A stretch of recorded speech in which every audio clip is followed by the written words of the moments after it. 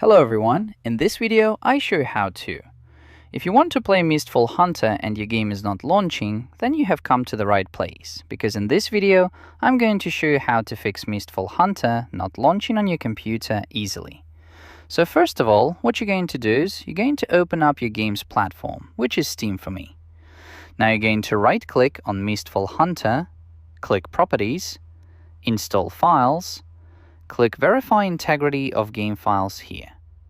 While it's doing this process, now you're going to close this up, you're going to minimize Steam, and you're going to open up Xbox app on your computer. And then you're going to click onto your username, click on the Support, Gaming Services Repair Tool. Click Start repairing them. Wait for Xbox to complete this process. It can take a minute or two. It depends on your internet and your computer speed. After that, sign out of your Xbox account and then close the Xbox app. Now you're going to go to your Mistfall Hunter Games folder.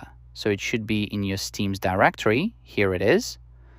Right-click on the Mistfall exe file, click Properties, Compatibility, click on to Disable Full Screen Optimizations, and click Run this program as an administrator.